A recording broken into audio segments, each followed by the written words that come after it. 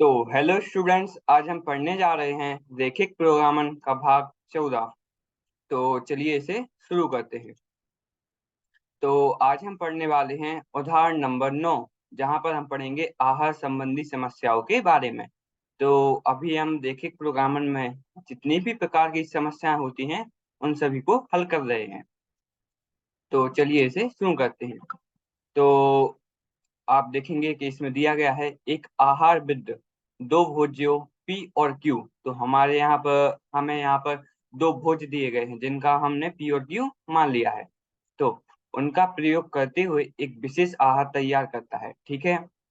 भोज P का प्रत्येक packet, जिसमें 30 ग्राम अत्यवशिष्ट है, में कैल्शियम के 12 मात्रक, लौह तथा तत्व के 4 मात्रक। ठीक है। तो जो भोग पी है उसमें कैल्शियम के 12 मात्रक लौह तत्व हैं और 4 मात्रक कोलेस्ट्रॉल के, 6 मात्रक विटामिन ए और 6 मात्रक अत्यवशिष्ट हैं। ठीक है। जबकि उसी मात्रा में भोज क्यू के पैकेट में कैल्शियम तत्व के 3 मात्रक, लौह तत्व के 20 मात्रक, कोलेस्ट्रॉल के 4 मात्रक और विटामिन ए के 3 मात्रक अत्यवशिष्ट हैं। ठीक है। तो आहार में कम से कम 240 मात्रक कैल्शियम, लौह तत्व के कम से कम 460 मात्रक और कोलेस्ट्रॉल के अधिक से अधिक 300 मात्रक अपेक्षित हैं। तो इतना कम से कम कैल्शियम, लौह तत्व और कोलेस्ट्रॉल होना ही होना चाहिए जो भी हम आहार तैयार कर रहे हैं। तो यहाँ से आप देख सकते हैं कि यह हमारी समीकरण है। यहाँ से कम 1 2 3 जो कि कैल्शियम, लौह तत्व और कोलेस्ट्रॉल से आने वाली हैं। तो कम से कम 3 समीकरणें तो आएंगी। और आगे देखते हैं। तो आगे दिया गया है प्रत्येक भोज को कितने पैकेटों के उपयोग किया जाए ताकि आहार में विटामिन ए की मात्रा का न्यूनतम किया जा सके। ठीक है। तो प्रत्येक भोज को कितने पैकेटों में का उपयोग किया जाए, तो कितने पैकेटों का उपयोग करना चाहिए हमें पी और क्यू के, ताकि विटामिन ए की मात्रा सबसे कम हो। तो ठीक है, यहाँ से हम अपना उद्देश्य फलन निकालेंगे और समीकरण निकालेंगे। फिर जो भी उद्देश्य फलन और समीकरण आएगा उन्हें फिर हम आलेख पर प्लॉट करेंगे और उसके कोणीय बिंदु में हम उसका अधिकतम और न्यूनतम मान प्राप्त करेंगे। तो चलिए पहले हम इसकी समीकरण व उद्देश्य फलन निकाल लेते हैं। तो माना कि भुज P और Q के पैक्टों की संख्या x और y है। तो हमने P के पैक्टों की संख्या x मान ली है और Q के पैक्टों की संख्या y मान ली है। तो इस प्रकार x और y 0 से बड़े होने वाले हैं। तो ठीक है, तो पैकेट की संख्या 0 से कम नहीं हो सकती है, तो वह हम 0 से बड़े ही लेंगे। तो समस्या का गणितीय सूत्रीकरण निम्न है। तो यहाँ पर पहले हम निकालेंगे समीकरणों के बारे में। तो ठीक है। तो आप देखिए कि जो भी भोज P है और भोज Q है उसमें अलग अलग से अतर्विष्ट हैं। तो इसमें पहले हम देखेंगे कैल्शियम कितना है। तो भोज P में 12 कैल्शियम है, भोज Q में 3 कैल्शियम है। ठीक है। और मान लो तो हमारे पास X पैकेट थे P के और Q पैकेट थे, Y पैकेट थे Q के। तो जब हम X का गुणांक करेंगे 12 से और Y का गुणांक करेंगे 3 से, तो हमारे पास टोटल कैल्शियम की मात्रा आ जाएगी। तो 12x जोड़ 3y, यह हमारा 240 से बड़ा या फिर उसके बराबर होना चाहिए, क्योंकि कैल्शियम की संख्या हमें 240 से ज्यादा रखनी है। ठीक है। तो यह हमारा पहली समीकरण आ गई। हम दूसरी समीकरण निकालेंगे। तो दूसरी समीकरण में हम देखेंगे कि, देखिए एक सेकंड। ठीक है। तो आप देखिए कि जैसे भोज P है उसमें उसमें 4 लौह तत्व हैं, तथा जो भी भोज Q है उसमें 20 लौह तत्व हैं। तो हम भोज P का जितने लौह तत्व हैं उनका x से गुणांक करेंगे, भोज Q में जितने भी लौह तत्व हैं उनका y से गुणांक करेंगे, और जो भी हमारा दोनों को जोड़कर जितना भी लौह तत्व आएगा वह हमारा 460 या फिर उसके ज्यादा होना चाहिए। तो यह हमें एक और समीकरण दी गई है। ठीक है। तो यहीं से हमारा आ जाएगा 4x जोड़ 20y, जो 460 से बड़ा या फिर उसके बराबर होना चाहिए। ठीक है। अब तीसरी समीकरण हम देखते हैं कोलेस्ट्रॉल के बारे में। तो आप देख सकते हैं कि भोज P है, जो कि भोज P है उसमें 6 कोलेस्ट्रॉल की मात्रा है। भोज Q है उसमें 4 कोलेस्ट्रॉल की मात्रा है।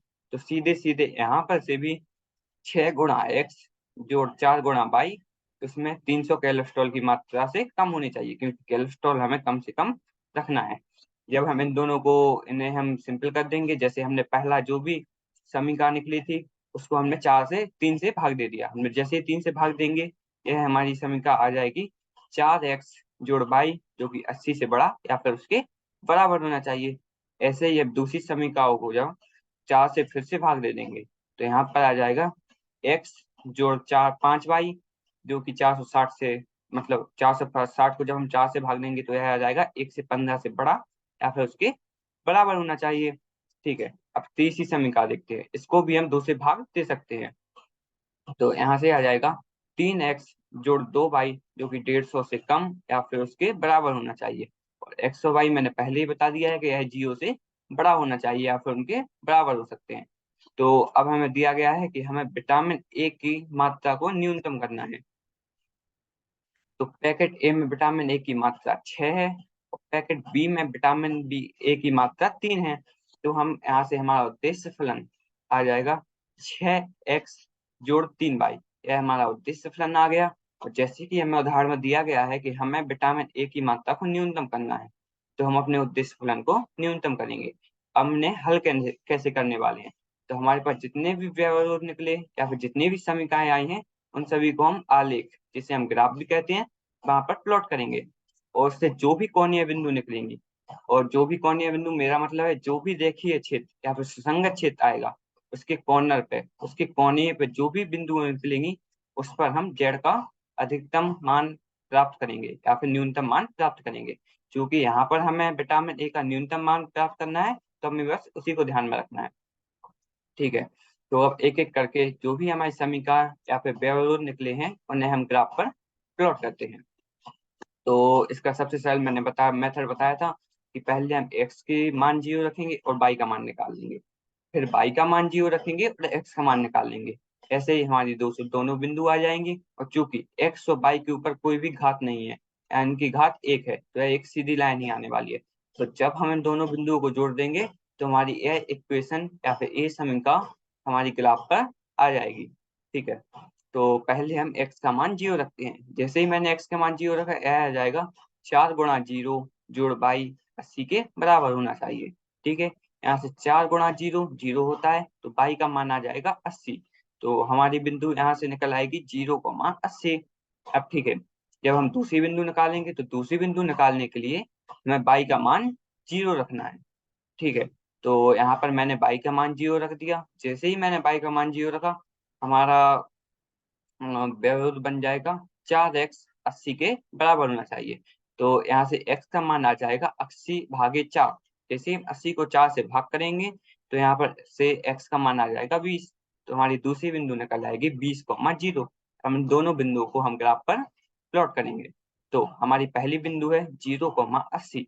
तो यहाँ पर से आप देख सकते हैं कि x का मान 0 है। x का मान 0 है तो आप इतना समझ गए होंगे, यह बिंदु बाई अक्ष पर आने वाली है। तो यह बिंदु आएगी हमारी बाई अक्ष पर, और यहाँ पर बाई का मान है 80। तो बाई अक्ष यह रहा, बाई अक्ष पर हमारा x का मान है 0 और बाई का मान है 80 इस बिंदु पर, तो हमारी एक बिंदु ए आ जाएगी। तो अब दूसरी बिंदु प्लॉट करेंगे तो दूसरी बिंदु के लिए हम देख सकते हैं कि बाई का मान है 0, मतलब कि यह बिंदु x अक्ष पर आने वाली है। तो x अक्ष पर ए रहा x अक्ष, तो x अक्ष पर x का मान 20 यहाँ पर होगा। तो जब हम दोनों बिंदुओं को जोड़ देंगे तो हमारा ग्राफ आ जाएगा। चलिए अब अगली व्यवरोध को ग्राफ पर प्लॉट करते हैं। तो इसे भी हम बिल्कुल इसी तरह से करेंगे। पहले हम x को 0 रखते हैं। जैसे ही मैंने x को 0 रखा, यह हो जाएगा 0 जोड़ 5y 1 से 15 से बड़ा होना चाहिए या फिर उसके बराबर होना चाहिए। ठीक है, तो यहाँ से y का मान कितना निकल आएगा, 1 से 15/5 जो कि हो जाएगा 23। ठीक है, तो हमारी बिंदु यहाँ से कितनी आ जाएगी, 0,23। ठीक है, तो हमारी एक बिंदु निकल आई है। हम दूसरी बिंदु निकाल लेंगे जो जिसके लिए हमें y का मान 0 रखना पड़ेगा। तो मैंने यहाँ पर y का मान 0 रखा, तो यहाँ से x का मान निकल आएगा x बराबर 1 से 15, सीधा सीधा आ जाएगा, क्योंकि y का मान 0 रखा है तो 5 गुणा 0 0 ही होता है। ठीक है, तो हमारी दूसरी बिंदु आ गई 1 से 15 गुणा 115,0। हम दोनों बिंदुओं को जब ग्राफ पर प्लॉट करेंगे, मेरी पहली बिंदु दी गई है 0,23, तो यह बिंदु आने वाली है हमारी बाई अक्ष पर, क्योंकि यहाँ पर x का मान 0 है। तो देख लीजिए इस बिंदु पर हमारे y का मान है 23 और x का मान है 0, क्योंकि यह बिंदु है y अक्ष पर। ठीक है, अब वैसे ही दूसरी बात देखेंगे कि यहाँ पर y का मान है 0, मतलब कि यह बिंदु x अक्ष पर आने वाली है। तो यह बिंदु x अक्ष पर आएगी और आप यहाँ पर देखना x का मान होगा 1 से 15 के बराबर। जैसे हमें यहाँ पर हमें दूसरी बिंदु मिल जाएगी, हम दोनों बिंदुओं को जोड़ देंगे। हमने जैसे ही दोनों बिंदु जोड़ दी, हमारी दूसरी लाइन भी ग्राफ पर प्लॉट हो जाएगी। ठीक है, अब हम तीसरी समीकरण देखते हैं। तो तीसरी समीकरण हमें दी गई है 3x जोड़ 2y, जो कि 1 से 50 से कम या फिर उसके बराबर होना चाहिए। तो इसे भी बिल्कुल ऐसे ही करेंगे। पहले हम x का मान 0 रखते हैं। जैसे मैंने x के मान 0 रखा, यह आ जाएगा 3 गुणा 0 जोड़ 2y 1 से 50 के बराबर होना चाहिए। यहाँ से 3 गुणा 0 0 हो जाएगा, 2y हो जाएगा 1 से 50 के बराबर। तो y का मान सीधा सीधा 75 आ जाएगा। ठीक है, तो हमारी बिंदु क्या निकल आई, वो कि जो निकल आएगी 0,75। ठीक है, अब हम y का मान 0 रखते हैं। जैसे ही मैंने y का मान 0 रखा, यह आ जाएगा 3x जोड़ 2 गुणा 0, जो कि 150 के बराबर हो जाएगा। यहाँ से 2 गुणा 0 0 होता है, तो x का मान सीधा सीधा 50 आ जाएगा। तो हमारी बिंदु निकल आएगी 50,0। चलिए अब दोनों बिंदुओं को ग्राफ पर प्लॉट करेंगे। तो यहाँ पर यह बिंदु आएगी y अक्ष पर, क्योंकि यहाँ पर x का मान 0 है। और तो यहाँ पर आप देख सकते हैं y अक्ष पर यहाँ पर y का मान 75 यहाँ पर है, तो हमारी एक बिंदु ये आ जाएगी। दूसरी बिंदु निकालने के लिए हम देखेंगे कि y का मान 0 है, तो यह बिंदु x अक्ष पर आने वाली है। तो x अक्ष रहा हमारा a, तो a है हमारा x अक्ष। यहाँ पर x का मान 50 होगा, तो जब हमें दोनों बिंदु मिल जाती हैं, हम दोनों बिंदुओं को जोड़ देंगे। जैसे ही हमने दोनों बिंदुओं को जोड़ा, हमें यह इक्वेशन भी मिल जाएगी। और आप देखेंगे कि x 0 से बड़ा या फिर उसके बराबर होना चाहिए, y 0 से बड़ा या फिर उसके बराबर होना चाहिए। तो ठीक है, x 0 के बराबर कब होता है, वह होता है हमारा y अक्ष पर। y 0 से बड़ा कब 0 के बराबर कब होता है, वह होता है हमारा x अक्ष पर। तो y 0 से बड़ा, y 0 से बड़ा कब होगा, जब वह x अक्ष के ऊपर होगा। तो हम जो भी रेखांकित क्षेत्र या फिर सुसंगत क्षेत्र होने वाला है, वह हम x अक्ष के ऊपर ही लेंगे। और दूसरा है हमारा x 0 से बड़ा। x 0 से बड़ा कब होगा, जब हम अपने आलेख के सीधी साइड आएंगे। तो हम सीधी साइड आएंगे, तो हमारा यह अक्ष या फिर जो भी सुसंगत क्षेत्र है, वह 0 से बड़ा होगा। तो हम इसमें भी सुसंगत क्षेत्र यहाँ पर लेने वाले हैं। तो अब इनमें भी देखेंगे कि हम सुसंगत क्षेत्र कहाँ पर लेंगे।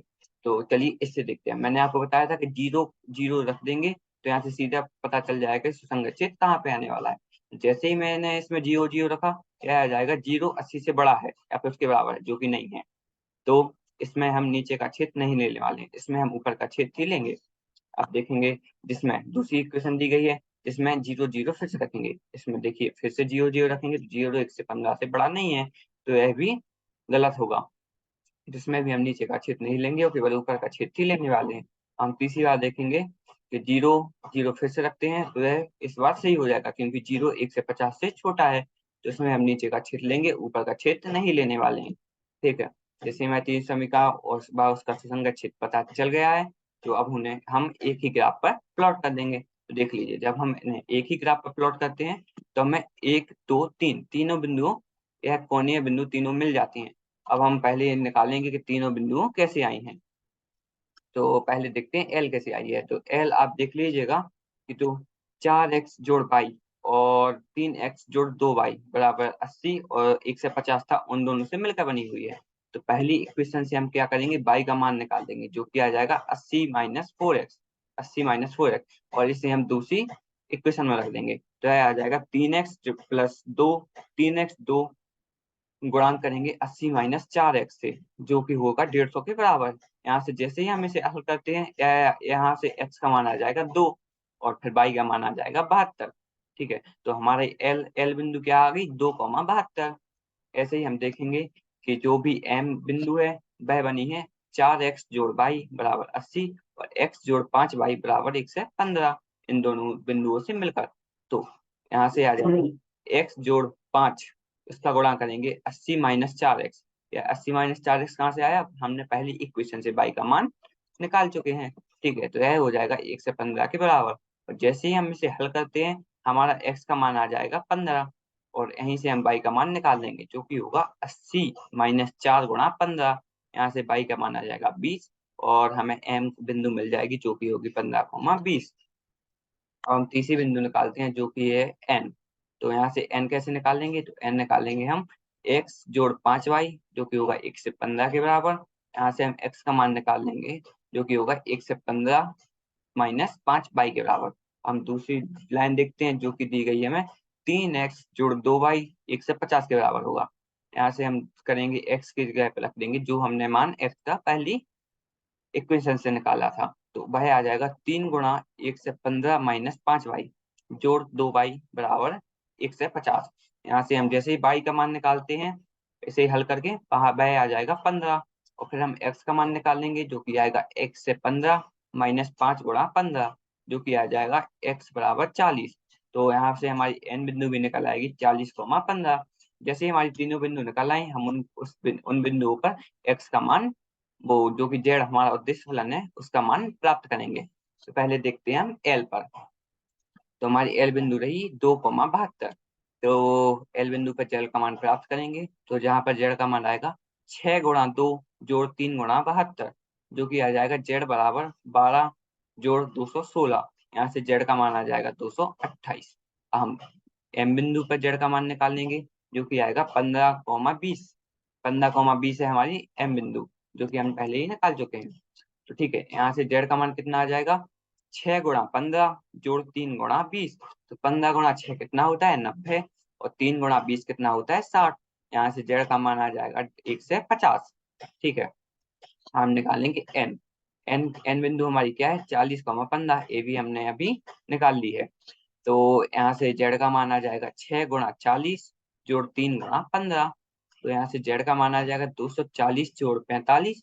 यहाँ से जेड का मान सीधा सीधा आ जाएगा 250।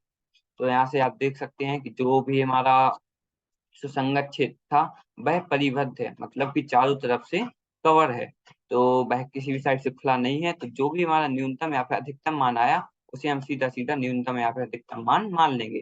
तो चूंकि हमारा जेड क्या था, जेड था हमारा विटामिन ए की संख्या। तो हमें विटामिन ए की संख्या को न्यूनतम करना था।